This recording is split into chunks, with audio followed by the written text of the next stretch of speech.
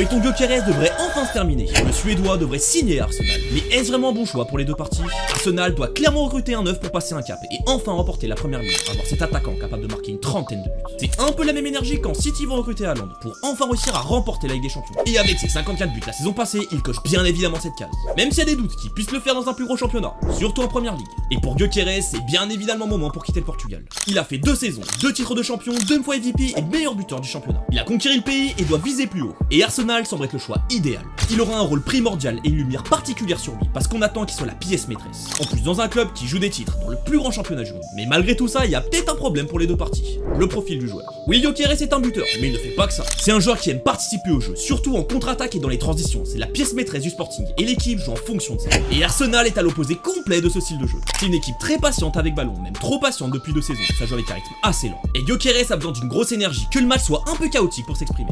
S'il ne touche pas beaucoup le ballon dans ses situations préférentielles, j'ai peur qu'il déjoue et qu'il perde confiance. Que la pression d'être la vedette pèse sur lui et que ça fasse un effet boule de neige négatif. Néanmoins, c'est un énorme buteur, il n'y a aucun doute là-dessus. Et Arteta jouera peut-être différemment la saison prochaine. Gyökeres a en plus montré très fort mentalement, c'est un compétiteur né, il a faim. Et il peut même un peu modifier son jeu pour être au diapason. Je me rappelle qu'on avait les mêmes doutes avec Haaland quand on l'avait signé à City à l'époque. Et finalement la suite, on la connaît. Donc j'ai quelques petits doutes, mais en vrai je reste très confiant. C'est un phénomène, je n'ai aucun doute là-dessus. Un des meilleurs joueurs que j'ai vu passer dans le championnat portugais. C'est même clairement devenu une légende du championnat. Et aussi petit truc, hâte d'enfin pouvoir faire sa célébration. Lâche un like et abonne-toi pour plus de vidéos foot.